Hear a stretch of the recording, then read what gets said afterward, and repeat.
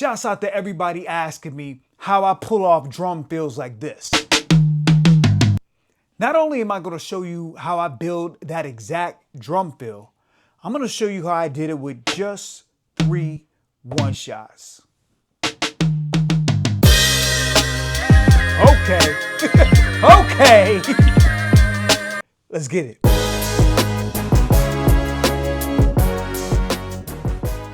So before we get started, real quick, I don't want you guys getting hung up on the gear.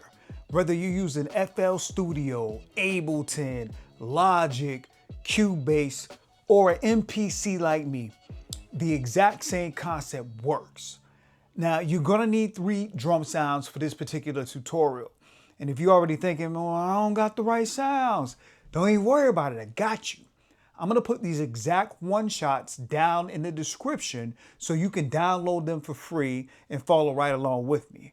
And I'm not going to even stop there, man. I'm also throwing a few extra one-shots so you can start experimenting on your own and build your own one-shots. So I've already got mine loaded up in here because ain't nobody got time for me to be dragging stuff in and out, right? I'd rather spend that time making the music. So that's it. 3 sounds, a snare, a high tom, and a low tom. Now remember at the beginning of the video when I hit 1 pad and the whole drum fill played? That's not another drum sound. That's the finished drum fill. First, we're gonna build it together. Then before we're done, I'm gonna show you how to turn the drum fill you create into something you can trigger with a single button, a key, a pad, depending on what you're using. Now let's build it. This is also very important. I don't want you to worry about making it complicated. What you're gonna do is listen to the last hit you played, then ask yourself, what will sound good after that? That's the only question you're trying to answer. Every hit is answered by the one before it. There's no formula. I'm not sitting here counting boom, bap. You know, I'm listening. That's the key. I play a sound and then I let that sound tell me what I should do next as I'm putting it together. You know what I mean? I'm not just trying to make something that sounds cool. I'm actually trying to make something that already sounds like it belongs with the drums. You know what I mean? So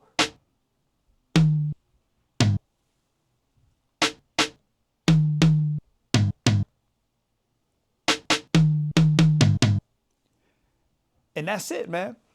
If the groove changes too much or the sounds feel out of place, that means you might be doing too much. It's going to stick out. The best drum fills don't interrupt the beat. They complete it. So, yo, like I said, we just trying to complete these sounds, man. You feel me? Okay. That already sounds like it fits. It doesn't have to be anything crazy. And yo, it just has to be something that moves the drum somewhere.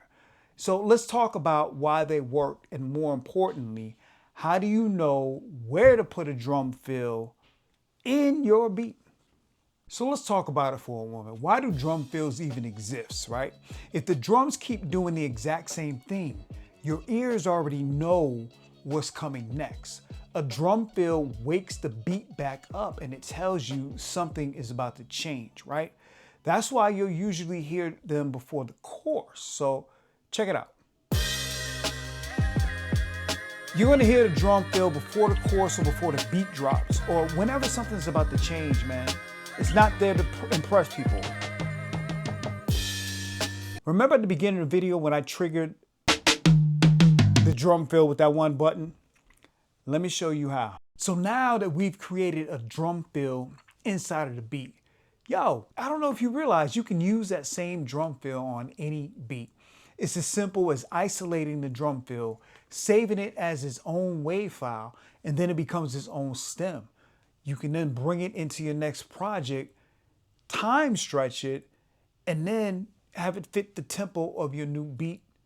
And yo, once it's lined up, man, you right back in business.